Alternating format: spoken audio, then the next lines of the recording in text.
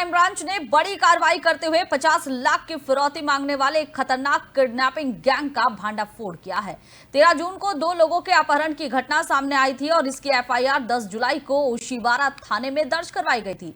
जांच में सामने आया कि पीड़ितों को पहले रायगढ़ जिला के एक फार्म हाउस में बंधक बनाकर मारपीट की गई और फिर उन्हें यूपी और एमपी तक घुमाया गया। पुलिस ने इस मामले में अब तक 7 आरोपियों को गिरफ्तार किया है, जिनमें से 4 को मुंबई और रायगढ़ से और 3 को यूपी के बांदा जिले से पकड़ा गया है। इन सभी को 19 जुलाई तक पुलिस कस्टडी में भेजा गया है। मुख्य आरोपी मेहताब और सरवर सहित गैंग के कई सदस्य पुराने अपराधी हैं, जिन पर पहले से ही एनडीपीएस और अन्य गंभीर धाराओं में मामले दर्ज है। पुलिस का कहना है कि यह संगठन गिरोह है जो फिरौती के लिए सुनियोजित तरीके से अपहरण करता है। मामले में और भी गिरफ्तारियां हो सकती हैं।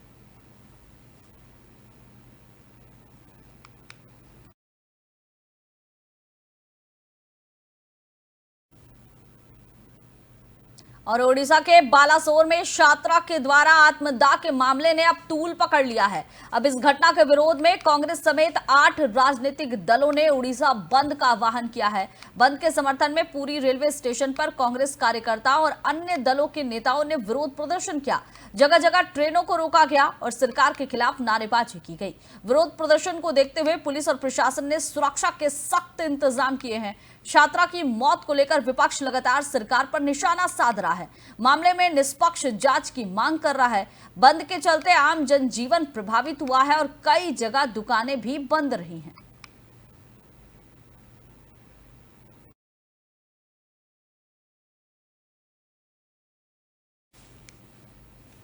रायगढ़ के खालापुर तालुका स्थित खोपोलो के मंगलम ऑर्गेनिक लिमिटेड की फैक्ट्री में देर रात भीषण आग लग गई। फैक्ट्री में कपूर और पेट्रोलियम उत्पाद की बड़ी मात्रा मौजूद थे, जिससे आग पर काबू पाना बेहद ही चुनौतीपूर्ण हो गया।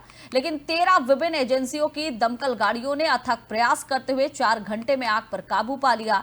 इस घटना में किसी की जान नहीं गई, लेकिन फैक्ट्री में भारी आर्थिक नुकसान हुआ। हेल्प फाउंडेशन के सदस्य, पुलिस निरीक्षक सचिन पवार और मंडल अधिकारी संदेश पंसिरे के मार्गदर्शन में राहत कार्य जुटे रहे। सुरक्षा उपकरणों के साथ मौके पर पहुंचकर राहत और बचाव में अहम भूमिका निभाई। तहसीलदार अभय चौहान, एसडीपीओ विक्रम कदम और नायब तहसीलदार सुधाकर राठौर ने तेजी से निर्णय लेकर एक के बाद एक दमकल टीमें भेजी, जिससे आग अन्य हिस्सों में फैलने से रोकी जा सके। कंपनी के कर्मचारियों ने सभी राहत कर्मियों का आभार जताया।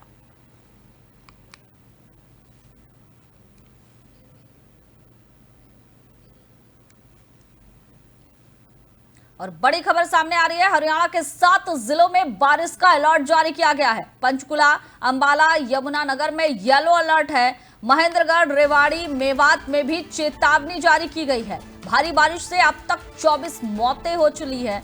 मौसम विभाग ने लोगों को सतर्क किया है।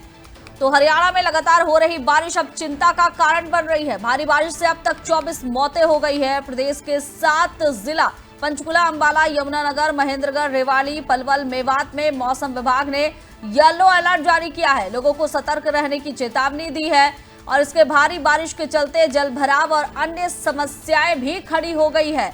अब तक बारिश जनित घटनाओं में राज्य भर में 24 लोगों की मौत हो चली है।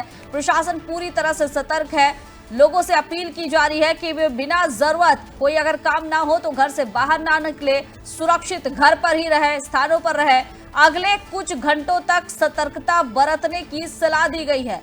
तो बड़ी खबर हरियाणा से आ रही है। बता दें कि हरियाणा में 7 जिलों में बारिश का अलर्ट जारी किया गया है। भारी बारिश हो सकती है और इस भारी बारिश से अब तक 24 लोगों की मौत हो चली है। मौसम विभाग ने लोगों को सचेत किया है, सतर्क रहने की सलाह दी है। अगर बहुत जरूरत है तभी आप घर से बाहर निकले, वरना घर से बाहर ना निकले। पंचकुला, अंबाला, यमुनानगर में येलो अलर्ट जारी किया गया है। महेंद्रगढ़, रेवाड़ी, मेवात में भी चेतावनी जारी की गई है। भारी बारिश हुई है और अब तक 24 लोगों की मौत हो चली है।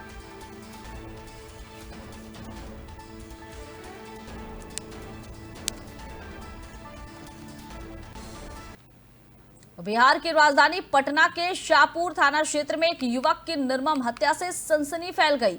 युवक के सिर पर धारदार हथियार से हमला किया गया, जिससे मौके पर ही उसकी मौत हो गई। घटना पर जानकारी देते हुए एसपी पटना नगर भानु प्रताप सिंह ने कहा कि प्रथम दृश्य में ये मामला रंजिश का लग रहा है। पुलिस मामले की हर पहलू से जांच कर रही है और आसपास के सीसीटीवी फुटेज भी खंगाले जा रहे हैं। उन्होंने भरोसा दिलाया कि जल्द ही पूरे मामले का खुलासा कर लिया जाएगा।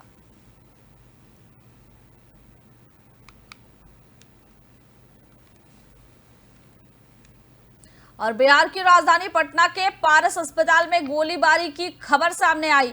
अस्पताल परिसर में बक्सर जिले के कुख्यात अपराधी चंदन मिश्रा को गोली मार दी गई। जानकारी के मुताबिक चंदन मिश्रा पर हत्या के कई मामले दर्ज हैं और एक केस में वो पहले से ही सजायाफ्ता है। वो इस समय भागलपुर जेल में बंद था, लेकिन इलाज के लिए उसे पैरोल पर बाहर लाया गया था। पुलिस को शक है कि यह हमला चंदन मिश्रा के विरोधी गैंग ने की है। उसे कई गोलियां लगी, उसकी हालत गंभीर बताई जा रही है। फिलहाल अस्पताल में उसका इलाज जारी है। एसएसपी कार्तिकेश शर्मा ने बताया कि शूटर की तस्वीर पुलिस को मिल चुकी है और अब बक्सर पुलिस की मदद से पूरे गैंग की पहचान की जा रही है। पुलिस इस हमले की गहराई से जांच कर रही है। अस्पताल में गोली चलने की इस घटना से लोगों में दहशत का माहौल बन गया है। सुरक्षा व्यवस्था को देखते हुए अस्पताल के बाहर पुलिस बल तैनात कर दी गई है।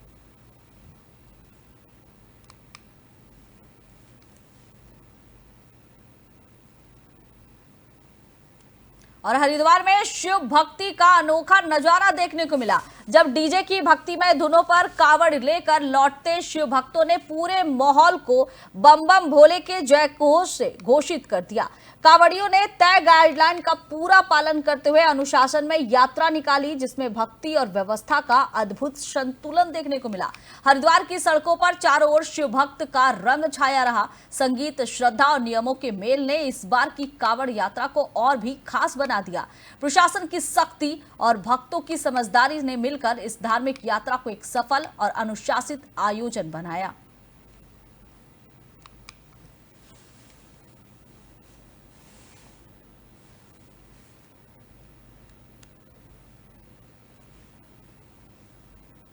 रुद्रप्रयाग के सुमेरपुर डुंगरी के श्यामार गांव में अज्ञात शरारती तत्वों ने जमकर उत्पात मचाया। गांव के लोगों की 15 बाइक, स्कूटी और एक कार को रात में निशाना बनाया गया। भारी नुकसान पहुंचाया गया। खास बात यह रही कि सभी वाहन एक ही गांव के थे, जिससे लोगों में दहशत फैल गई। पीड़ितों ने इस घटना के पीछे गांव की पंचायती राजनीति और आपसी जो रंजिश है उसका आरोप लगाया। लोगों का कहना है कि जानबूझकर एक ही पक्ष के लोगों के वाहनों को नुकसान पहुंचाया गया है। ग्रामीणों ने पुलिस से मामले की गंभीरता से जांच कर सख्त कार्रवाई करने की मांग की है। फिलहाल पुलिस पूरे मामले की जांच में जुट गई है।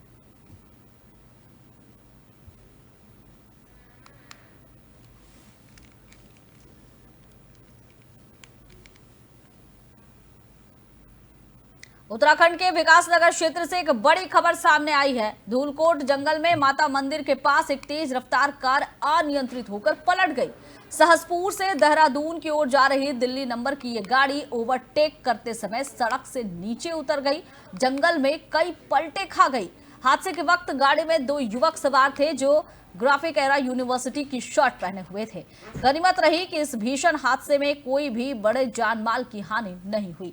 गाड़ी की हालत देखकर अंदाजा लगाया जा सकता है कि रफ्तार कितनी तेज रही होगी। फिलहाल पुलिस मौके पर पहुंच चुकी है, जांच शुरू कर दी है।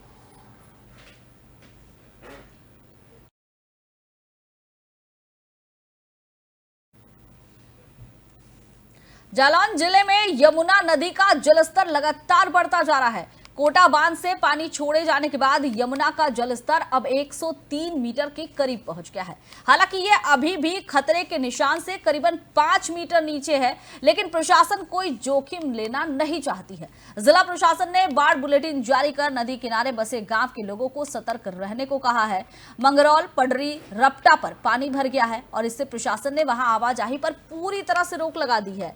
कल्पी नगर क्षेत्र में बाढ़ राहत चौकियों को अलर्ट पर रखा गया है और लगातार निगरानी की जा रही है। सबसे चिंता की बात यह है कि नदी का जलस्तर हर घंटे 6 सेंटीमीटर की रफ्तार से बढ़ रहा है।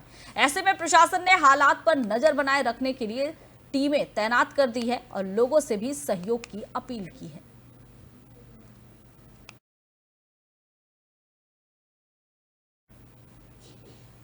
वाराणसी में लगातार हो रही बारिश के कारण गंगा नदी का जलस्तर तेजी से बढ़ रहा है और इसका असर अब शहर के घाटों पर भी साफ दिखने लगा है। गंगा के जलस्तर में बढ़ोतरी से प्रसिद्ध नमो घाट पूरी तरह से जलमग्न हो चला है।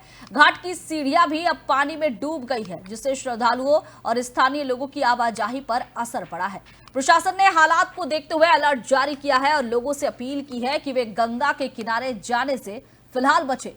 जलस्तर में लगातार वृद्धि जारी है। अगर बारिश का सिलसिला यूं ही चलता रहा तो अन्य घाटों पर खतरा बढ़ सकता है। प्रशासन हालात पर नजर बनाए हुए है।